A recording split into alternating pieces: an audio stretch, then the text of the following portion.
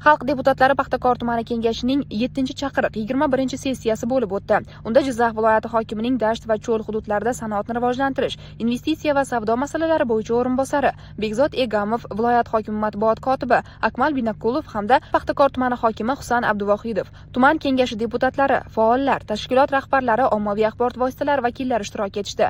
Sessiyada Paxtakor tumani hokimi Husan Abduvohidov so'zga chiqib, tumanni 2026-2027 yillarda ijtimoiy-iqtisodiy jihatdan kompleks rivojlantirish bo'yicha ishlab chiqarilgan dastur yuzasidan ma'ruza qildi. Unda hududda sanoat, xizmat ko'rsatish, qishloq xo'jaligi, infratuzilma va ijtimoiy sohalarni rivojlantirishga qaratilgan ustuvor vazifalar belgilab berilgani ta'kidlandi. Shuningdek, davlatimiz rahbarining 2026-yil 23-yanvar kuni kambag'allikni qisqartirish va aholi bandligini ta'minlash masalalariga bag'ishlangan video selektor yig'ilishida belgilangan topshiriqlar ijrosini ta'minlash bo'yicha amalga oshirilayotgan ishlar haqida axborot berildi. Bu borada yangi ish o'rinlari yaratish, tadbirkorlikni qo'llab-quvvatlash va aholi daromadini oshirishga qaratilgan chora-tadbirlar muhokama qilindi.